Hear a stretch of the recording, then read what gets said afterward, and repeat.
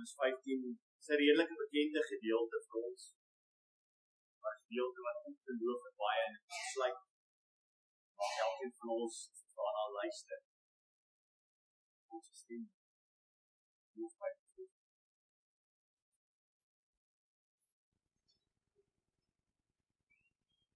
Baie dankie Here vir u wonderlike liefde. Ons loof en prys u naam vir u woord. Wat 'n voorreg om u woord te kan oopmaak en te kan hoor hoe die lewende God met ons praat. Ja Here, dat elke gedeelte, elke vers, elke woord, elke jota en titel deur u geïnspireer is. En dat ons kan sê as ons die woord lees, so spreek die Here, Here. Ons weet Here dat niemand kan verander aan die woord. Niemand kan bysit of daarby wegneem, want is genoegsaam. Dis volledig. Ja Here, daarom kan ons dit nie ligtelik opneem. En wil ons in alle erns vanmôre vir u vra, Here, dat u vir ons ontvanklik sal maak vir u woord. Dat u die woord vir ons sal oopbreek en dat ons gehoorsaam sal wees. Ons bid dit in u naam. Amen.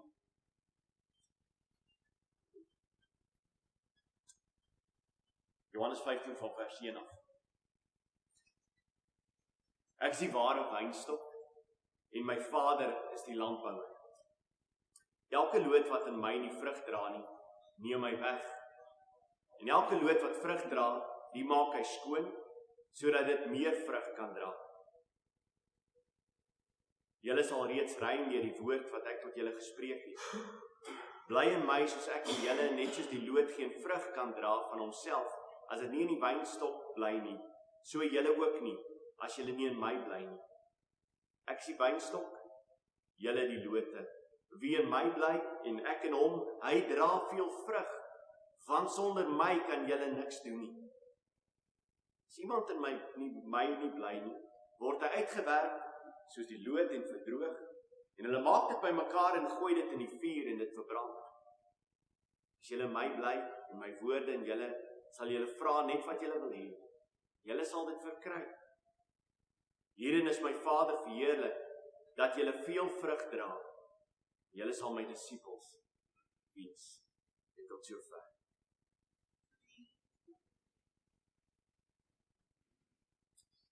Dis die heel laaste keer wat Jesus met sy volgelinge praat en vir hulle begin met sê, ek is, ek glo hy nie, ek is.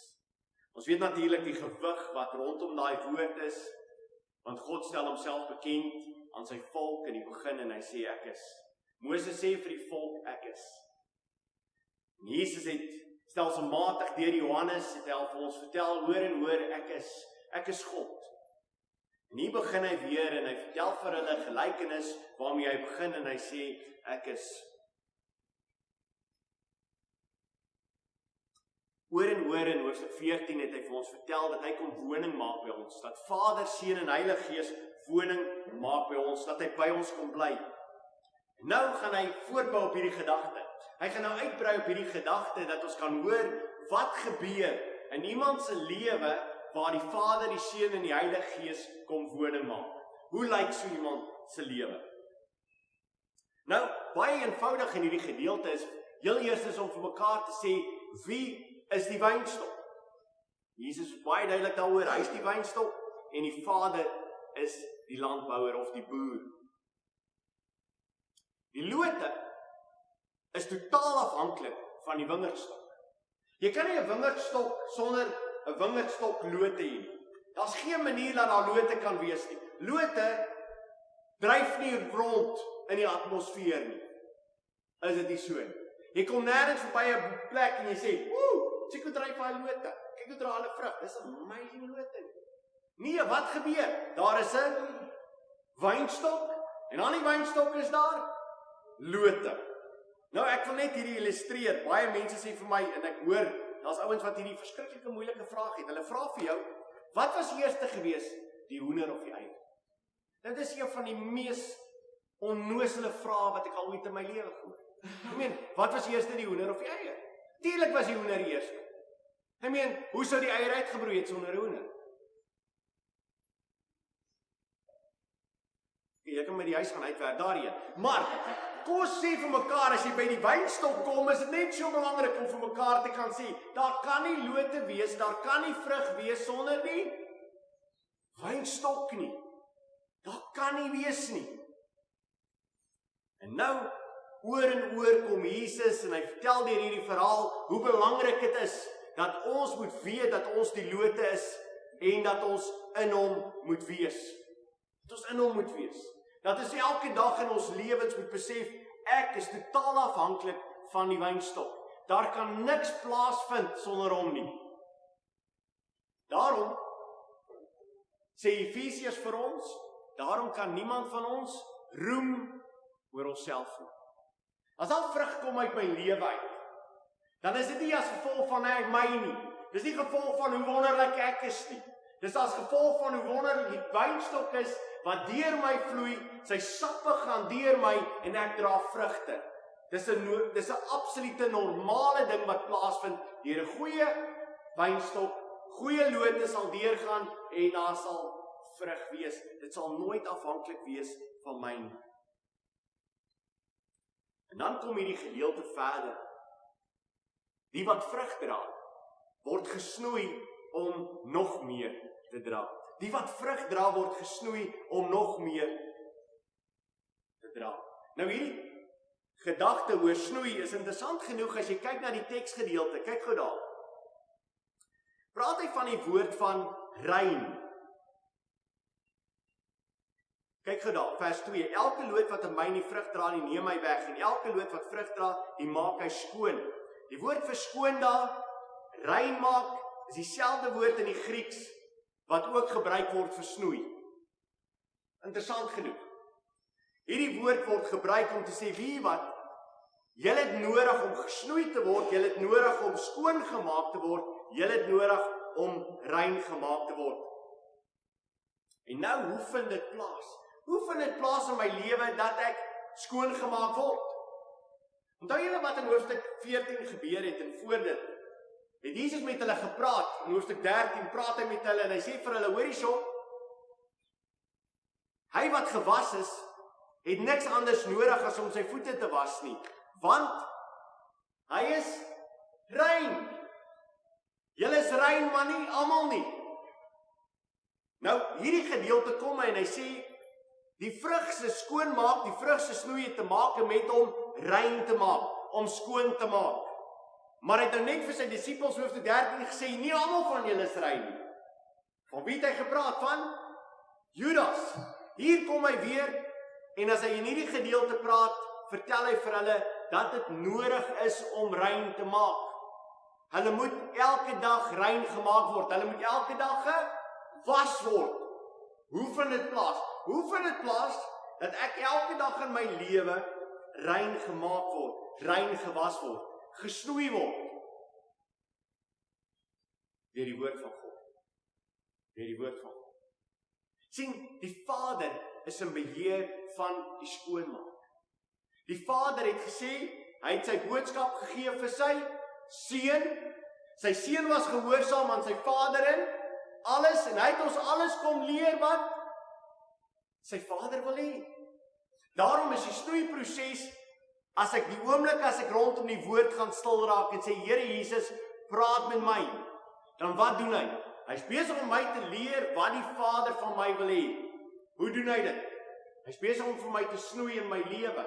Terwyl ek besig met die woord in my lewe, is daar goedes wat gesnoei word, wat ek agterkom. Hierdie ding is besig om te belemmer dat ek vrug dra in my lewe. Deur die woordverkondiging leer ek, wat in my lewe is God besig om aan te werk, om skoon te maak, sodat ek nog meer vrug kan dra. Jy moet vir jouself afvra, in die laaste jaar, wat het jy al afgelê?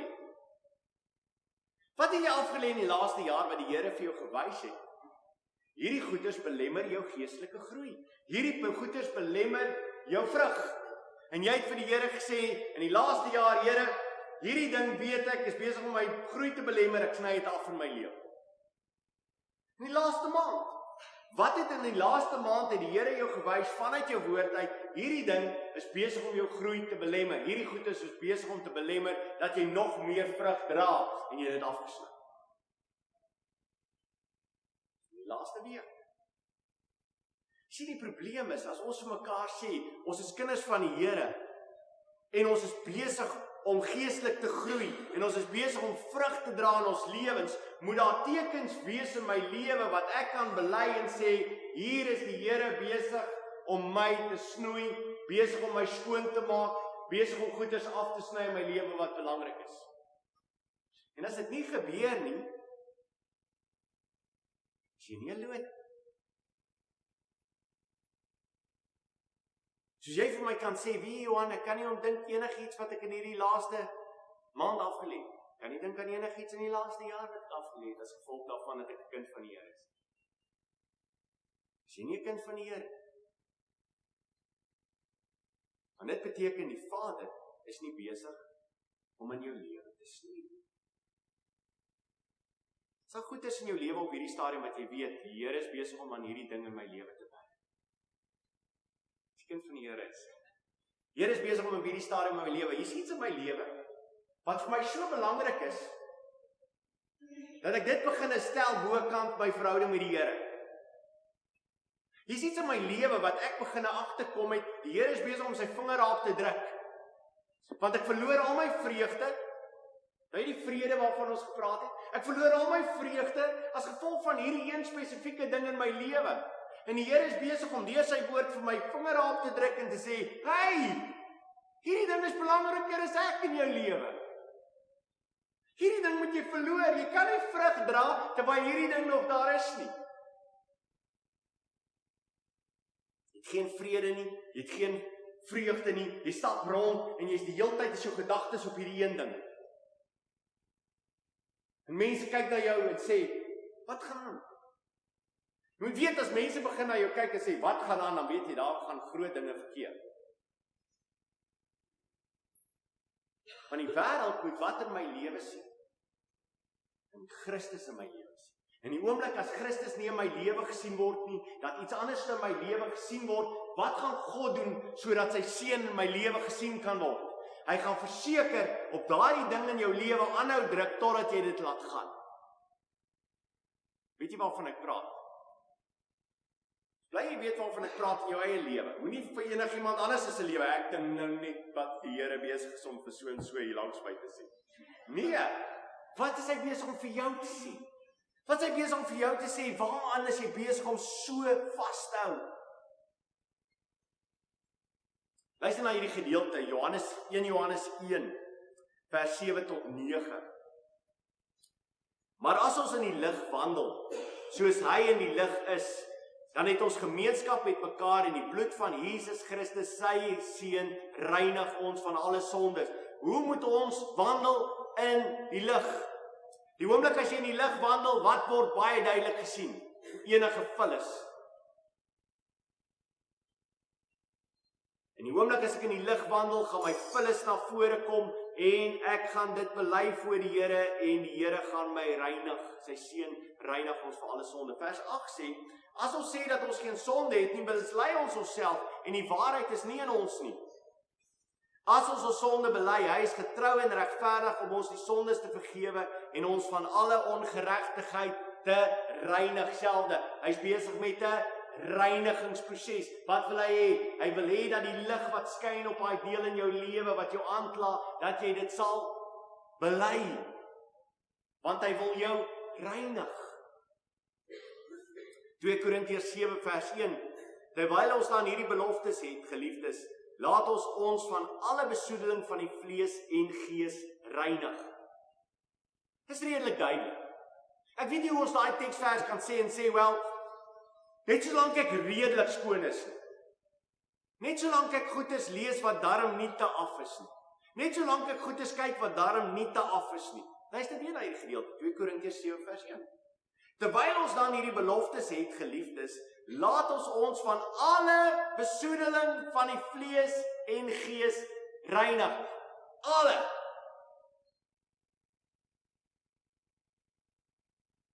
En laat ons die heiligmaking in die vrees van God volbring. Mag ons die heiligmaking in die vrees van God volbring. Ek dink een van die grootste aspekte vandag in die tyd van ons lewe, is miskien die rede vir ons heiligmaking wat tekort is in ons lewens, is dat ons nie 'n vrees vir God het. Want as ons 'n vrees vir God het met die wete, ek sit nou hierso in God se teenwoordigheid, is hy by my, hy is by my, want die vorige hoofstuk het gesê, hy kom woning maak in my. As hy kom woning maak in my, dan is ek tempel, dan is ek heilig. So dit waar ek nou is dit heilig. En lewe ek in die vrees van God. So hoekom is daar 'n reinigingsproses in my lewe aan die gang? Ja, God doen dit. Hy wys vir my goedes in my lewe wat nie reg is nie. Ek is besig om alle besoedeling van die vlees en gees gereinig te word.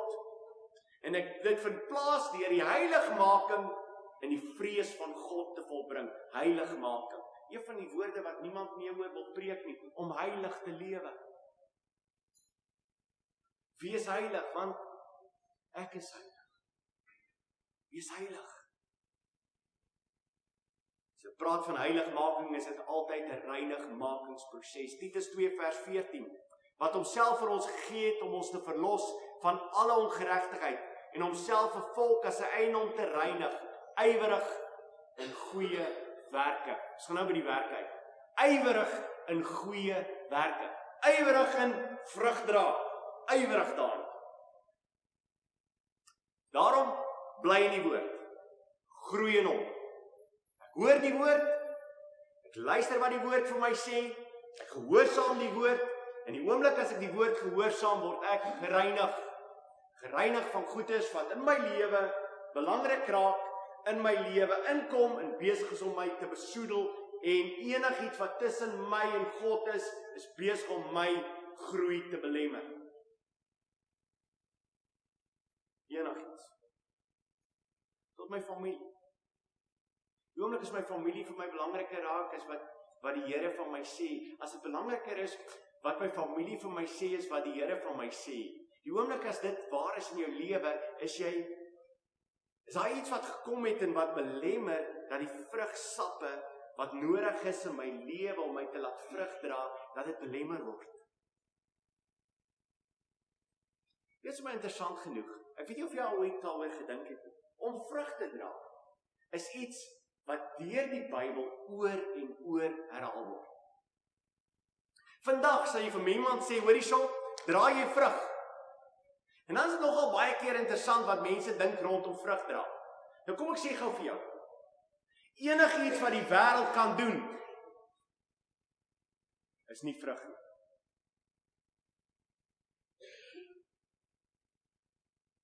Die Bybel sê, luister baie mooi, die Bybel sê, hy is die wynstok, ons is die lote, sonder my kan julle niks doen nie. Dit sê, dat die wêreld kan nie doen wat die Christen kan doen nie. So as ons praat oor vrug, is dit nie iets wat die wêreld net so goed soos jy kan doen nie. Ons praat van iets wat die gelowige alleen kan doen. Dit is ongelooflik, Johannes die Doper kom op die toneel, in Matteus 3 vers 8.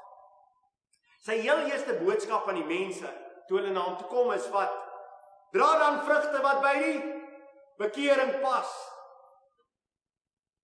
Nou vers 10 sê hy, maar die by lê ook teen die wortel van die boom, en elke boom wat geen vrugte dra nie, word uitgekap en in die vuur gegooi. Klink dit soos Jesus sê? Elke boom wat nie vrugte dra nie, word uitgekap en in die vuur gegooi. Nou vir 'n Jood wat hierna geluister het, was dit ontstellend. Ons is almal goeie bome, Johannes die Doper. Ons is almal deel van die volk van God. En ja, wie is jy om op die toneel te verskyn en sê, dra vrugte wat by die bekering pas? My pa was 'n Jood. En as ek my afstammeling afvat, kom ons daar by Josef uit. Of Benjamin. Of een van daai ouens. Ons is uit hierdie stamme uit gewees, ons is belangrike mense. God het ons lief. En ja, kyk na ons geskiedenis. Weet jy nie wat God alles vir ons gedoen het nie? En nou kom jy en sê, dra vrugte wat by die bekering pas, en as ons nie vrugte dra nie, word ons uitgekap en in die vuur gegooi. Dink jy nie ons gaan Sondag kerk nie? En as iemand van ons vra, dan sê ons is Christen. Maar hy moet vra. En hy moet duidelik vra. Hy weet wat hy bedoel. Maar as hy dalk vra en ek kan sien daar gaan moeilikheid kom, dan hou ek dit vir 'n ander tyd. Maar ek is 'n goeie mens. Ek sit in die kerk. En as dit goed is wat die wêreld daar buite kan doen wat ek daarom nie doen nie. So, regtig waar, ek verstaan, ek is eintlik 'n goeie boom. Jesus praat 'n bietjie verder met hulle. Hy sê in Matteus 7 vers 15 sê hy, maar pas op vir die valse profete wat in skaapsklere na julle toe kom en van binne roofsugtige wolwe is. Pas op vir hulle. Pas op vir die valse profete, hulle kom in skaapsklere na julle toe, binne roofsugtige wolwe. Okay? So, hulle is Afrikaner. Hulle is wild. Hulle sê, hulle is 'n wille olyf, maar daai is geen olyf. En dis die probleem as jy na hierdie ouens kyk, want nou gaan jy vir jou sê, wat gebeur? Jesus vertel van hulle. So dra elke boom goeie vrugte, maar 'n slegte boom, slegte vrugte. 'n Goeie boom kan geen slegte vrugte dra nie, en 'n slegte boom ook geen goeie vrugte nie. Is dit vir jou duidelik? Okay. So, kom ons dink net gou in terme van bome. Hier het ons 'n boom, 'n goeie boom. Wat sal die vrugte wees wat jy daarop verwag? Goeie vrugte. 'n Slegte boom, slegte vrugte. Dan vers 19, elke boom wat nie goeie vrugte dra nie, word uitgekap en in die vuur gegooi, so sal julle hulle dan aan hulle vrugte ken. Hoe weet ek of iemand 'n kind van die Here is of nie 'n kind van die Here is? Aan sy vrug. Hoe weet ek of ek 'n kind van die Here is of ek nie 'n kind van die Here is? Aan my vrugte. Jakobus 1 vers 21 sê, as jy praat oor vrugte, dan sê hy vir jou, daarom doen afstand van alle vuiligheid en oorvloed van boosheid, en ontvang met sagmoedigheid die ingeplante woord, wat in staat is om julle siele te red, die ingeplante woord, wat in staat is om julle siele te red. Dit beteken, die ingeplante woord is besig om in julle te werk, luister daarna. Moenie net Sondag kom en jy luister na die woord en jy hou jou Bybelstudie, jy hoor die woord, maar niks verander aan jou lewe nie. Moenie dit doen nie. Jakobus 1 vers 22, en word daders van die woord en nie woorders wat julle self bedrieg nie. Moenie net mense wees wat jy elke keer hoor nie. Vers 23, want as iemand 'n hoorder van die woord is en nie 'n dader nie, die is soos 'n man wat sy natuurlike gesig in die spieël sien. Want hy sien homself en gaan weg en vergeet dadelik hoe hy gelyk het. Maar hy wat diep insien in die volmaakte wet van die vryheid en daarby bly, hy sal omdat hy nie 'n veel vergeetagtige hoorder is nie, maar 'n dader van die werk gelukkig wees in wat hy doen. As iemand onder julle meen dat hy godsdienstig is en sy tong nie in toom hou nie, maar sy hart mislei, die godsdienst van hierdie man is te vergeefs. Natuurlik, as die Bybel praat oor man, dan sê hy vrou ook. In geval jy dalk 'n vrou is, ek dink, gelukkig is dit nie oor my nie. En gewoonlik, een van die grootste probleme wat ons het met mense wat nie hulle tonge in toom kan hou nie, is vroue.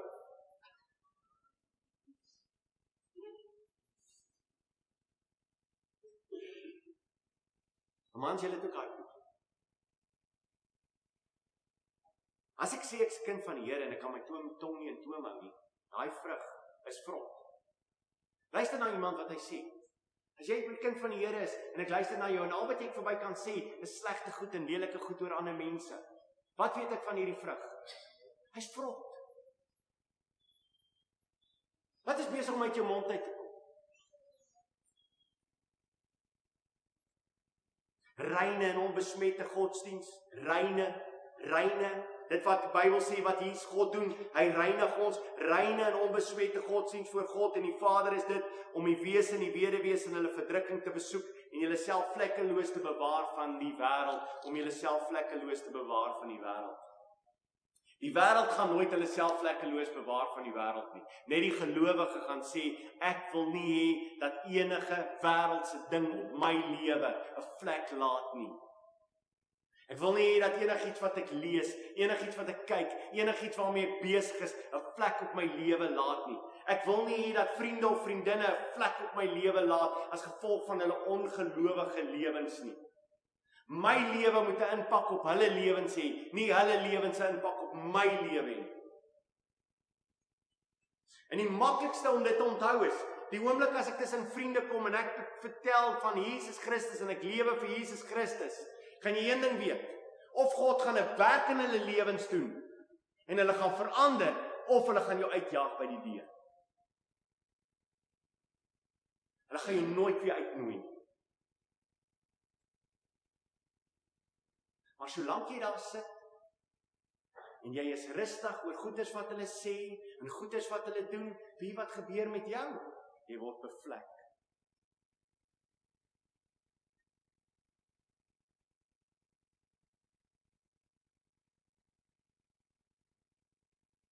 Jeremia 31 het God 'n profesie oor wat sal gebeur met die tyd waarin Christus sal kom. Hy sê, maar dit is die verbond wat ek na die dae met die huis van Israel sal sluit.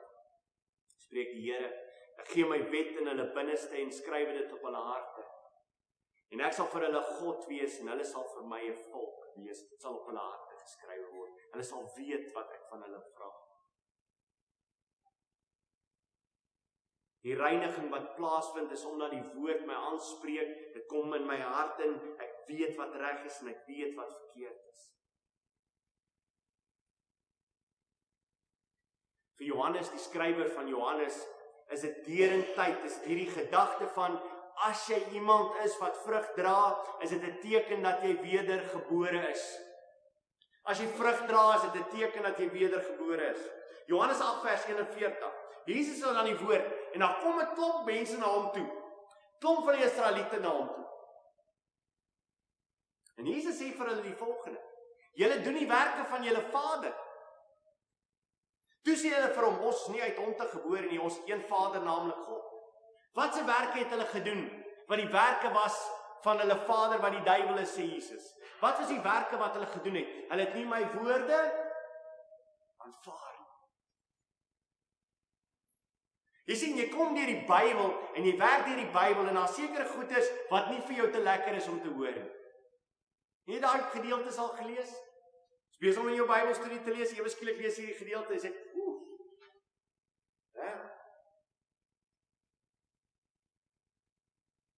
Hier is stap. Gewoonlik wat jy doen en sê, ja, dis nie regtig wat die Here bedoel. Nee, dit is wat hy bedoel. En dan kom die woord van die Here om jou te reinig, en daai woord wil jou reinig. Daai woord wat jy vanmôre gelees het, wil jou reinig. Is jy besig om dit toe te laat? Is jy besig om te sê, ja Here, reinig my? Ja Here, ek gaan dit los in my lewe? Ja Here, ek gaan dit laat staan in my lewe?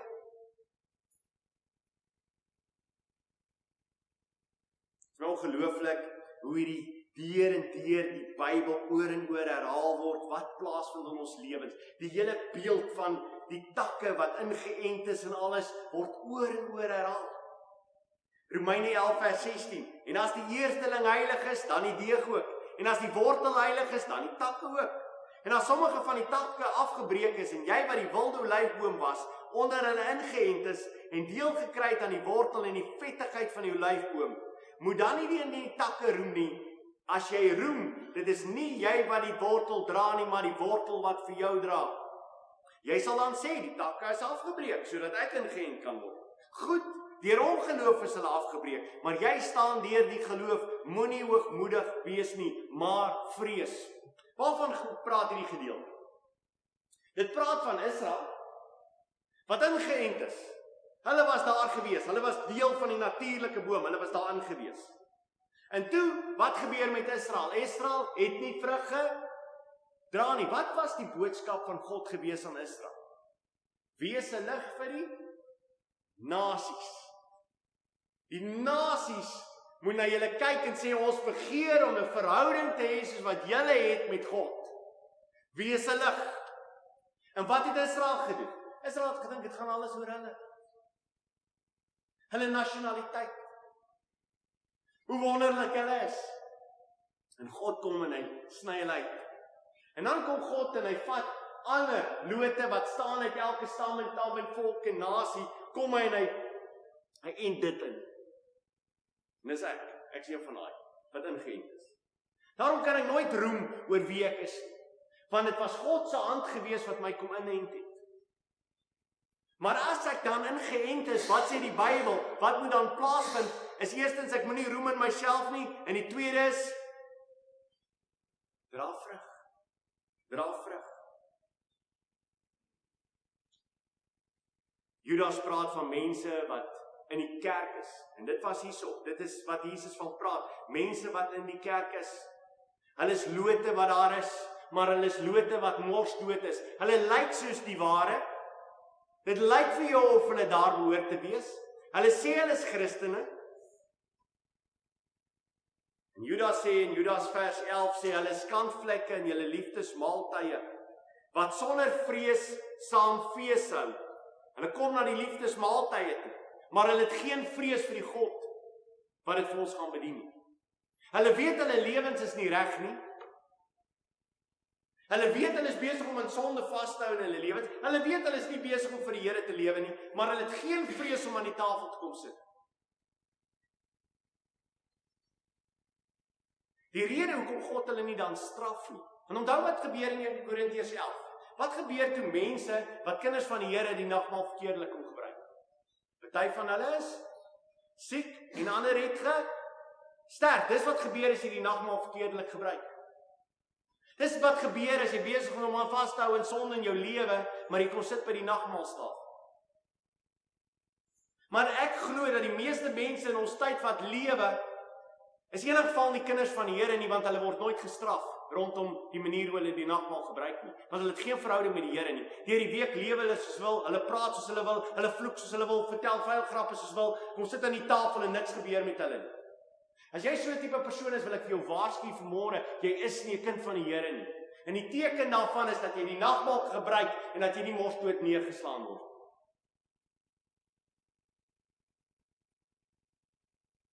Hulle het geen vrees nie. Hulle het geen vrees nie. Tyd van ons lewe het ons mense geraak wat geen meer vrees het vir die lewende God. Daar's geen meer vrees vir ons wat dit wat heilig is.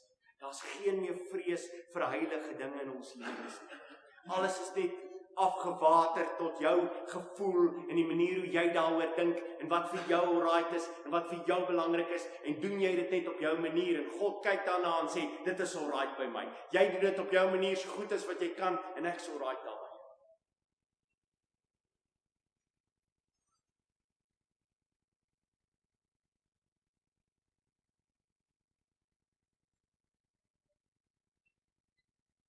Jesus gaan aan met hierdie gedeelte en hy vertel vir hulle dat as iemand in hom bly, as iemand na hom luister, wat sal die beeld wees wat dan verder sal gebeur in sy lewe?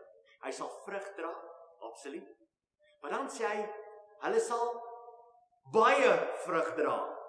Hulle sal baie vrug dra. Ek sien wynstok vers 5, julle die lote. Wie in my bly en ek in hom, hy dra veel vrug. Hy dra veel vrug, want sonder my kan julle niks doen nie. Wat gebeur met 'n kind van die Here, wat in die Here ingewortel is? Wat gebeur in sy lewe? Hy dra al hoe meer vrug. Die persoon van 5 jaar terug is nie die persoon van 3 jaar terug nie, is nie die persoon van 'n jaar terug nie, is nie die persoon van 'n maand terug nie, want hy dra meer vrug. Daar is groei wat plaasvind in sy lewe. Wat gebeur? Het jy al 'n wingerdstok dopgehou? Jy sien die loot wat daar uitkom. Daai loot is in die begin uitkom daar. Hoe lyk hy? Petit, fyn ou loetjie. En daai eerste jaar is jy so bly want jy kry so 'n klein tros. Dis mikroskopiese dryfies wat jy daarin eet. Dit is, party van hulle is, die toon, nie regtig lekker nie. En dan wat in die tweede jaar beginne gebeur is, daai loot kry 'n dikkerige nek. Dit om al hoe groter te raak. En dan kyk jy na daai ding, en vrug, dan sien jy daai tros, dink jy vir jouself, hierdie ou beval, dis amazing. En dan die tweede en die derde jaar sien jy, dis meer as 'n tros wat daarop is. Jy kan dit nie glo nie, hy dra. En dit raak meer, en dit raak al hoe beter, en daai korrels raak amazing. En jy probeer in daai korrel eet, en jy sê, wow, dis wonderlik. Of sou jy verwag, dat die loot wat daarin geënt is, na 'n jaar, is anders. Na 2 jaar, niks. Na 3 jaar, niks. Dan gaan praat jy met meneer Loot, staan voor Loot, sê kom, so ek sien, jy kry min of meer water wat die res van die ouens hier rond kry, is ek reg? Ja. Jy sê, maar daar's fout met jou. Ek gee vir jou dieselfde hoeveelheid water, dieselfde hoeveelheid kunsmis, jy is in daai wingerdstok, daar's ander wingerdstok, lote wat lekker dra, maar jy dra nie. Sê, ja, maar ek is 'n loot. Nee, jy is. Hoe sê? Niemand van ons gaan daai loot laat aanhou voortgaan nie. Ek het hierdie jaar, het ek al by my wingerdstok gestaan. En party van hulle is terrible. Ek dink meeste van julle sal al my hele boot uitgegooi. Maar ek sien daar is 'n klomp van hulle wat ek af moet sny en ek sny hulle af. Want hulle is vrek. Toe ek hulle sny, toe kom ek agter, hy is al lankal nie meer met ons nie. Hy het so mooi gelyk en hy lyk asof hy daar is, maar hy is nie daar. En weet jy wat? Dit is presies wat in die kerk van die Here Jesus aangaan. Hy lyk so, maar hy's mors dood, hy's al lankal dood. Al wat hy doen is hy kom sit daar en sê. En na die tyd stap hy uit en sê, "Woe! Wat 'n breek." Party van hulle sê nie eers dit. Maar jy stap uit en jy sê, "Woe!" En dan kom jy by die huis en sê, "Woe! Kom ons gaan terug na ons ou lewe. Volgende Sondag is dit weer lekker. Daai ou man gee my sommer moed vir die week. En dan lewe ek maar weer so."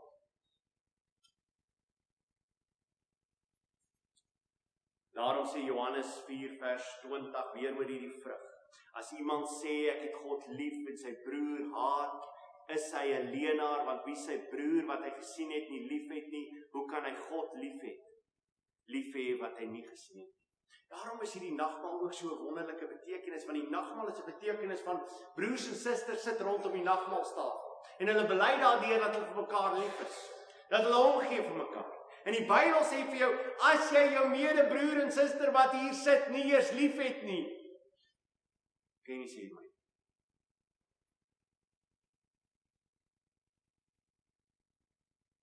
As jy 'n ontmoeting het met 'n medebroer en suster, maak nie saak wie hulle is, en jy het hulle nie lief nie, kan jy nie sê jy het God.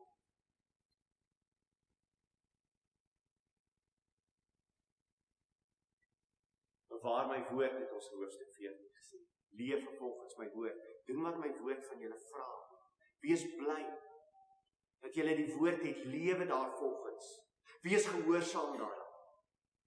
En dan die skokverhaal van hierdie hele gedagte in Johannes is om te sê, hoor hierso, as jy dan nie vrug dra nie, word jy afgesny en jy word bymekaar gemaak, daai lote, en hulle word in die vuur gegooi. Wat is die betekenis daarvan? Die betekenis daarvan is dat jy in die hel sal beland. Wat is die teken dat jy nie aan God behoort nie? Jy dra nie vrug nie. En as jy nie vrug dra nie, wat sal met jou gebeur? Jy sal in die hel beland. Dis nie 'n ligtelike preek waaroor ons vanmôre praat en sê, hoor hierso, dis alright. Jy hoef nie vrug te dra nie, jy gaan anyway in die hemel kom. Daar's vrugtelose bome in die hemel eendag. Nee, daar is nie. Daar is nie. Daar is geen boom eendag wat in die hemel gaan wees, wat nie gaan vrugte gedra het nie. Daarom sê die Bybel, julle almal sal deur groot verdrukking in die koninkryk van God ingaan. Sê hy dit nie? Julle sal almal deur groot verdrukking in die koninkryk. Weet jy wat? Meeste Christene sterwe en het nog nooit in hulle lewens eers verdrukking gehad. Het die Bybel gelieg of was daai persoon nie 'n kind van die Here? Help my. Het die Bybel gelieg of is daai persoon nie 'n kind van die Here nie? As hy nooit in sy lewe lyding ervaar het vir die woord van God nie, sê die Bybel, sal hy nie die koninkryk van God uitkom nie. Almal van julle sal deur groot verdrukking die koninkryk van God ingaan. Almal. Wanneer gaan jy deur groot verdrukking in die koninkryk van God ingaan? As jy vrug dra. As jy sy naam bely. As jy vashou aan die woord en jy vertel vir mense dat jy vashou aan die woord en hulle praat oor enigiets en jy sê, weet jy, ek stem nie daarmee saam nie, want dis die woord van God en wat hy sê. Onmiddellik gaan jy lyding ervaar in jou lewe. En wie wat gaan hy lyding veroorsaak in jou lewe, dat jy nog meer vrug gaan dra?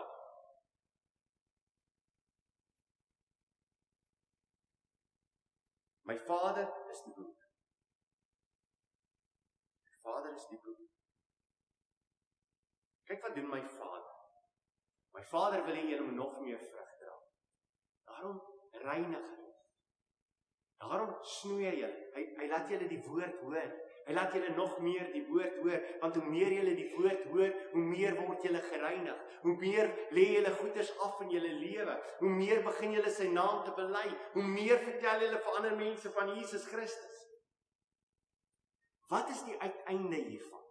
Kyk na vers 8 van Johannes. Vers 8, hoofstuk 5.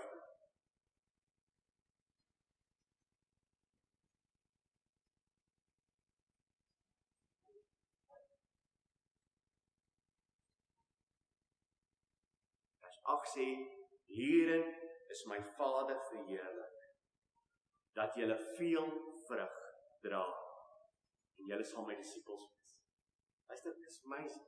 Soos, hierin is my Vader verheerlik, dat julle veel vrug dra. Hoe word my Vader verheerlik? Hoe word die boer verheerlik? Is dat ek baie vrug dra? Sodat as mense by stap, en hulle sien die vrug van my lewe, wat sê hulle van God? Wat 'n amazing boer. Hoe wonderlik is hierdie boer. En weet jy wat? Selfs al bely die mense op hierdie aarde dit nie vandag nie, gaan hulle dit eendag voor God moet bely dat hy die koning is, dat hy die verlosser is en dat hy die goeie boer is. En die belydenis wat gemaak sal word is op grond van ons vrugte wat ons gedra het. Veel vrug. Veel vrug. As ek wil hê die Vader se naam moet verheerlik word, wat moet gebeur in my lewe? Veel vrug. Nie een vrug nie, veel vrug. Ek wil hê my Pa se naam moet verheerlik. Ek wil hê as mense met my ontmoeting hê, dat hulle moet nie sê as hulle daar wegstap, Johannes se oulike ou. Ek wil hê hulle moet sê, wat 'n amazing Vader. Wat 'n wonderlike verhouding het hierdie ou met sy Vader. Hy is nie bekommerd nie. Hy het nie vrees in sy lewe nie. Hy loop nie met 'n lang gesig rond nie. Hy het alles in sy Vader. Sy Vader is in beheer van alles.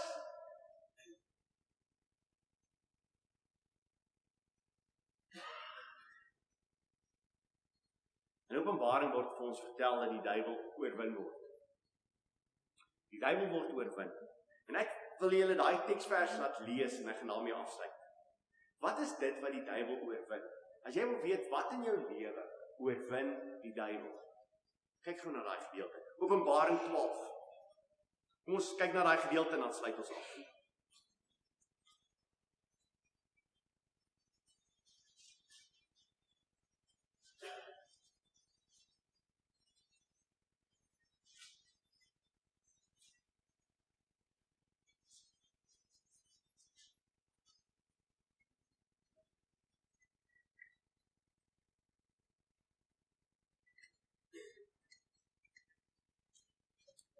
Openbaring 12 vers 11. Hy vertel net in vers 10 staan daar, kom ek lees maar net vers 10 vir julle, toe hoor ek 'n groot stem in die hemel sê, nou het die heil en die krag en die koningskap en die eiendom van ons God geword en die mag van sy Christus, van die aanklaer van ons broers is neergewerp, hy wat hulle aanklag voor ons God dag en nag. Nou kyk na vers 11. En hulle, dis kinders van die Here. Okay, so, en hulle, sê ek, okay, kinders van die Here. En hulle het hom oorwin deur die bloed van die lam. Hoe sy oorwin eerstens? Bloed van die lam, deur Jesus wat gesterf het aan die kruis, is die duiwel oorwin. Kyk verder. En deur die woord van hulle getuienis. Hoe word die duiwel oorwin in jou lewe? Jy ooit al ooit gedink? Die duiwel is klaar oorwin deur die bloed van Jesus Christus aan die kruis, is dit waar? Absoluut. Hoe word hy oorwin in my lewe elke dag? As ek sy naam bely. Wie wat wil die duiwel hê? Sien, dink gou daaraan. Wat wil die duiwel hê as jy voor iemand te staan kom waarvoor jy bang is? Waarvoor jy miskien afhanklik is vir jou werk? Waarvoor jy miskien afhanklik is vir iets in jou lewe? Vir jou familie? Wat wil die duiwel heel eers in jou lewe bewerkstellig? Vrees. En die oomblik wat ons sy naam bely, wat gebeur? Oorwinning oor die Satan in daardie gedeelte van my lewe waar hy my wil probeer vas. Ewe skielik is my familie nie meer belangrik in my lewe. Want ek het bely, en miskien baie van hulle onttrek van my. Miskien baie van hulle hou nie meer van my. En ewe skielik begin ek agter te kom, weet wat? Die Here is vir my genoegsaam. Nou kom daar oorwinning in my lewe. Dis wanneer die Satan nie hou vas het in my lewe nie. Die oomblik as ek stil bly oor die evangelie van Jesus Christus, my liewe broer en suster, die duiwel gaan vir jou blootstry. So wat gebeur? Kom ons lees weer. En hulle het hom oorwin deur die bloed van die lam en deur die woord van hulle getuienis en hulle tot die dood toe hulle lewens nie liefgehad. Christene deur die eeue kon ja sê op dit. Ons het ons lewens nie lief tot die dood toe. Ons is bereid om te sterwe vir Jesus Christus. Ons is bereid om te sterwe vir alles wat hierdie fisiese wêreld vir my wil aanbied. En ons is bereid om te sterwe selfs al gaan iemand my doodmaak. Hoe lyk die tyd vandag waarin ons lewe? Hoe lyk jou lewe? Is jy bereid om alles in jou lewe te laat sterf om vir Jesus Christus te doen? Is jy bereid om jou lewe te verloor? Alles wat jy het vir Jesus Christus. En moenie vir my sê, ja, as hulle my eendag, as hulle my vat en hulle het 'n klomp gewere voor hulle en ek staan daar voor hulle en sê, okay, jy moet die Here bely en as jy nie hom bely nie, dan gaan ons vir jou doodmaak. Christen, nie een van hulle het met koolskote, baie min van hulle het met koolskote, hulle is gemartel eerstens. So, dit word nie so lekker gedoen nie.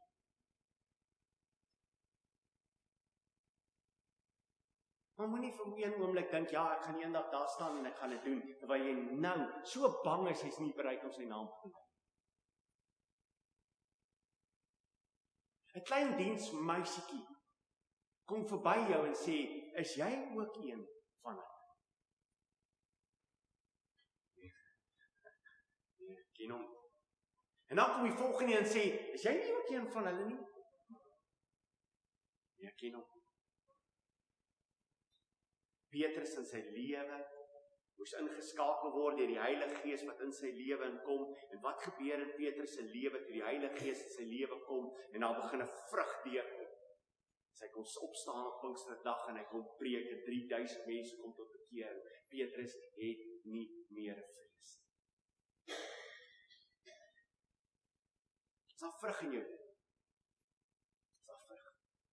Dra jy veel vrug? Ek bid is waar in ons lewens, en ek bid ons sal hier uitstap en sal sê, Here Jesus, ek wil veel vrug dra. Ek wil nie meer bekommerd wees oor die wêreldse dinge, wat die wêreld van my dink, en wat die wêreld van my sê, en die wêreldse dinge wat vir hulle so belangrik is, ek wil nie meer hierdie goeie sê. Ek wil vrug dra. Deur die woord vir my lei en wat goeders afsny my. My liewe vriende en vriende, as jy vanmôre op 'n plek is in jou lewe, en daar is iets in jou lewe wat die Here vanmôre vir jou gewys het, wat besig is om belangriker as hy te raak, wil ek hê jy moet dit in hierdie oggend doen. En ek wil hê jy moet dit laat staan. En ek wil hê jy moet by die huis gaan, en ek wil hê jy moet dit vir die res van jou familie en mense bely en sê, weet jy wat, die Here het my vanmôre aangekla. Hierdie ding in my lewe is besig om te belangrik te raak. Ek gaan dit vir die Here gee.